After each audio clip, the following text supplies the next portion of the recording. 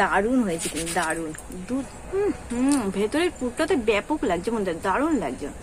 নমস্কার বন্ধুরা, আজকে একটা চপের রেসিপি নিয়ে চলে এসেছি। আর চপটা খেতে কিন্তু দারুণ লাগে। আর শীতকালে তো বিভিন্ন ধরনের সবজি আছে, আর তার মধ্যে আছে এই যে বাঁধাকপি। এই বাঁধাকপির চপ আজ তৈরি করবো। এবার আমি বাঁধাকপিটাকে কেটে নেব। আমার পুরোটা লাগবে না, এই হাফটা হলেই হয়ে যাবে। দেখো কত পাতলা পাতলা করে হচ্ছে, কেটে নিয়ে দিয়ে দেখো। এবার আমি থালার মধ্যে তুলে দেবো। আর এটার মধ্যে একটু লবণ মিশিয়ে রাখবো সামান্য করে, তাহলে কি হবে এর থেকে একটা জল বেরিয়ে আসবে। পুরটা করার জন্য আমি এখানে সিদ্ধ করে নিয়েছি আলু, 3 থেকে 4টে আমি আলু সিদ্ধ করে নিয়েছি। এটাকে এবার একটু ম্যাশ করে নেব।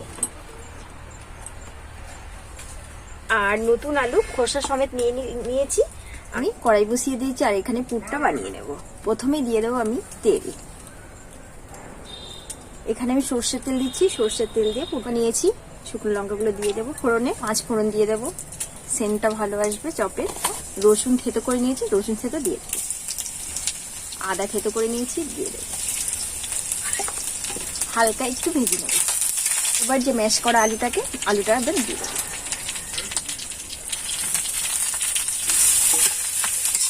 একটু নেড়ে চেড়ে নেব।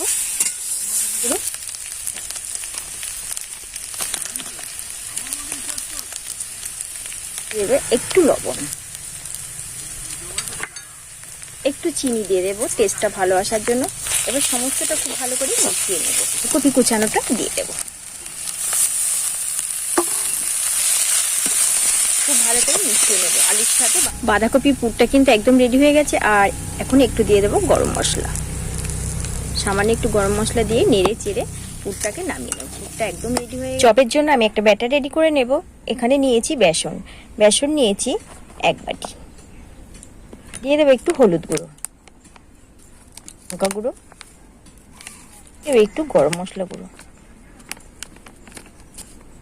দিয়ে দেবো লবণ স্বাদ মতো। খুব ভালো করে সমস্তটা মিশাবো। সবকিছু মিশিয়ে নিয়েছি। অল্প অল্প জল দিয়ে কিন্তু চপের একটা ব্যাটার করে নেব। আর ব্যাটারটা একদম খুব ভালো করে বানিয়ে নিতে হবে। ব্যাটারটা কিন্তু হাত দিয়েই ফেটাতে হবে, তাহলে ভীষণ ভালো হবে। ফেটাতে হবে, তাহলে বন্ধুরা চপটা কিন্তু একদম দোকানের মতো হবে।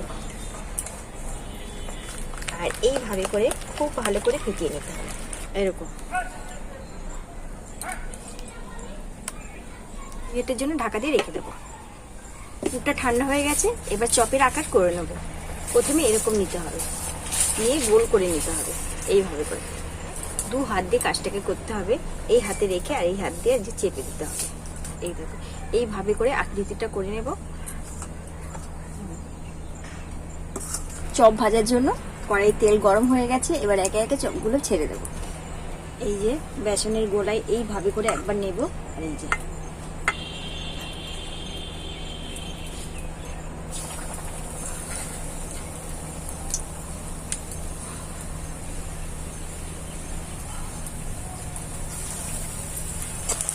উল্টে পাল্টে চপগুলোকে ভেজে নেব। এটা লাগছে। এই দেখো বন্ধুরা, চপগুলোকে তুলে নিয়েছি। আর দেখতে দেখো কতটা সুন্দর লাগছে।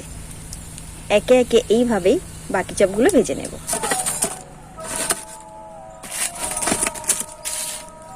এত সুন্দর দেখো বন্ধুরা, এত সুন্দর এই চপটা খেতে কিন্তু দারুণ লাগে। আর এই বাঁধাকপির চপ একদম কম সময়ে হয়ে যায়। আর অন্য যে চপ খেয়েছো তোমরা, তার থেকে এই চপের স্বাদ কিন্তু একদম আলাদা।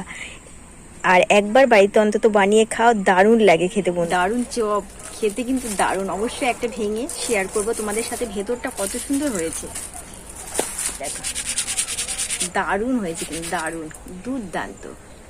এত সুন্দর চপ না বন্ধুরা, একবার অন্তত বাড়িতে বানিয়ে খাও, খেতে কিন্তু দারুণ লাগে। আর এই দেখো কতটা মুচমুচ করছে তো ভেতরের পুরটা। ওয়াও কি সুন্দর। অবশ্যই একবার বাড়িতে বানিয়ে খাও বন্ধুরা, ভীষণ ভালো লাগে।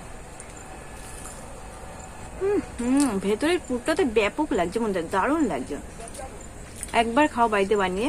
আর আমার এই রেসিপিটা একবার ফলো করো। ভালো লাগলে অবশ্যই like comment share, please subscribe করে পাশে থেকো।